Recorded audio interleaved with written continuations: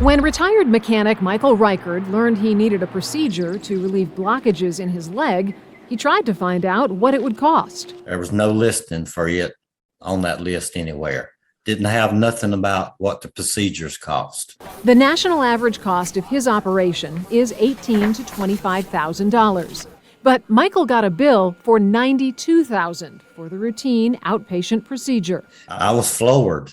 I looked at that thing. I said, this is not right. I was in there 15 minutes for them to, run the scope down my vein and put in 2 stents.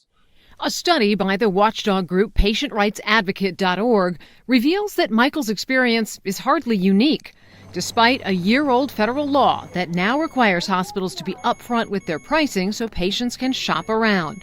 Hospital executives are putting their profits over people. Cynthia Fisher is patientrightsadvocate.org's founder. In 2021, her organization examined 1,000 hospitals across the U.S. for compliance with the law. They identified 13 states where none of the hospitals surveyed was in compliance, and many states had hugely unbalanced ratios, like Texas, with only 4 of 87 hospitals reviewed in full compliance, Nevada, 7 out of 62, and Florida, with just 7 out of 104 hospitals reviewed in complete compliance with the new law. Do they have to put their prices online? Absolutely, it's the law. So why aren't they doing it? Because they're making too much money by keeping patients in the dark.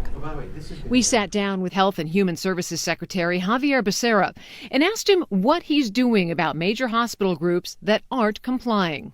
Are you concerned that these powerful hospital groups are just flouting the law and acting with impunity? There are a lot of hospitals in America that have either tried to comply with the law or are doing a good job already. And so I don't want to paint everyone with the same brush. We can paint 86% of them with the same brush. Well, see, and we have to go out there and find that out, because for us to apply the federal law, we have to find that the evidence shows that they're not in compliance. As of this past December, Becerra's office had sent 340 notices of noncompliance to hospitals across the country, but has yet to issue any fines, which can run in the millions. Why keep the names of non-compliant hospitals from the public? Shouldn't American consumers have the right to see which hospitals are complying with the law? We want the public to know who's doing it right and who's not. We also have to go through a process. In this country, we believe in the standard that you are innocent until proven guilty. Becerra says he's committed to holding hospitals accountable and making sure they comply, rather than making fines simply the cost of doing business. Something Michael Reichard is counting on. He needs to get on the ball. He needs to assess the penalties. They're not going to do it as long as they can get by with it, because they want to make their money.